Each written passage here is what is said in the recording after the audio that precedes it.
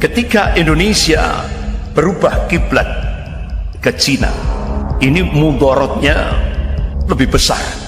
Ketika Indonesia berkiblat ke Cina, agama harus dipinggirkan, disingkirkan dalam kehidupan berbangsa dan bernegara. Dan itu konsekuensi ketika Indonesia menerima bantuan hutang dari Cina. Belum lagi apa yang disampaikan oleh Wakil Perdana Menteri Cina Liu Yangdong hari Rabu 27 Mei 2015 di Auditorium FISIP Universitas Indonesia. Konsekuensi Indonesia mendapatkan bantuan hutang dari Cina tahap pertama 647 triliun, itu konsekuensinya 10 juta rakyat Cina daratan wajib masuk ke Indonesia, target 2020.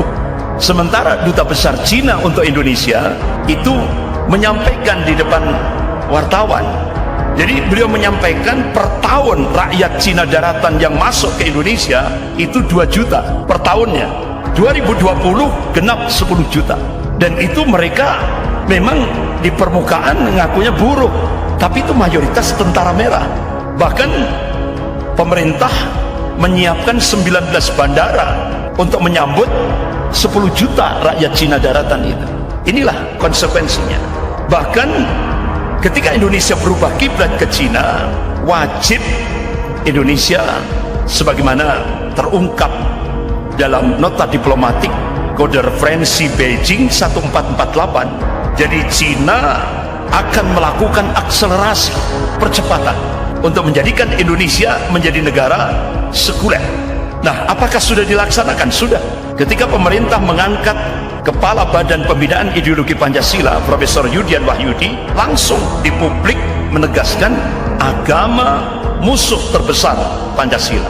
Logikanya sekarang agama itu musuh terbesar negara, dan itu terasa sekali, sangat terasa sekali, tahap demi tahap. Bahkan Guru Besar Ilmu Politik dan Militer Profesor Salim Said, beliau mengungkapkan sekarang ini kader-kader komunis yang sudah masuk di pemerintahan dan kader-kader komunis hampir 200 lebih yang duduk di DPR RI itu menggunakan kekuasaan untuk melakukan balas dendam terhadap Islam, umat Islam, dan ulama.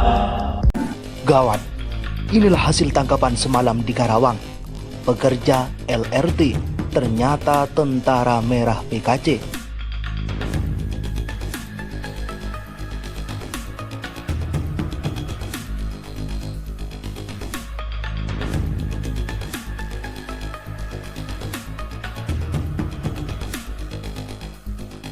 Teori domino Cina adalah mereka akan mulai membangun kekuatan ekonomi di negara kita.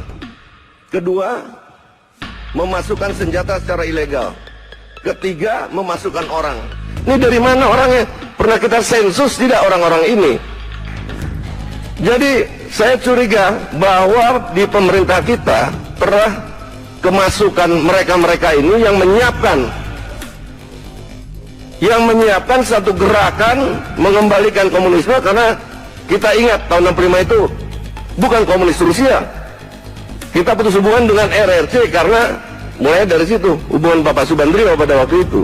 Jadi ada aparat-aparat kita yang pengambil kebijaksanaan di pemerintah, bahkan legislatif kita sudah kemasukan, dan sudah mereka bisa memutuskan dan mengambil kebijaksanaan. Ini yang harus kita bersihkan.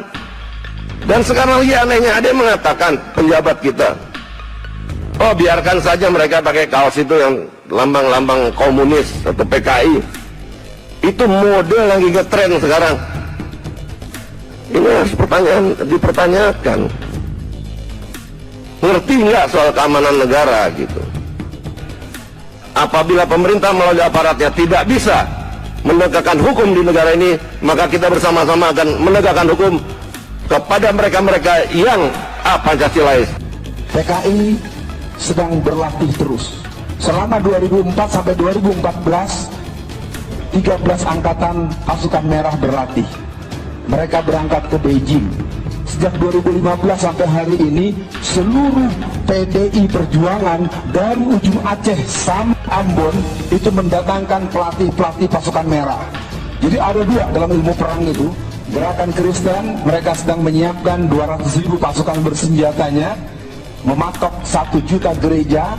Pasukan Syiah mereka sudah menetapkan percepatan revolusi mereka dari 2020 menjadi 2018.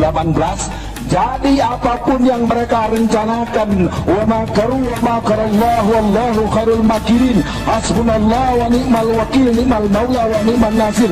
Allahu Akbar. Kita di sini tegas, seluruh yang bicara dari Pak Jenderal, dari Ketua Perwakilan Dewan Dakwah, semua kita menegaskan untuk pergerakan kita membangun Indonesia NKRI bersyariah di bawah komando Habib Rizik sebagai pemimpin perjuangan Islam negeri kita. Allahu Akbar.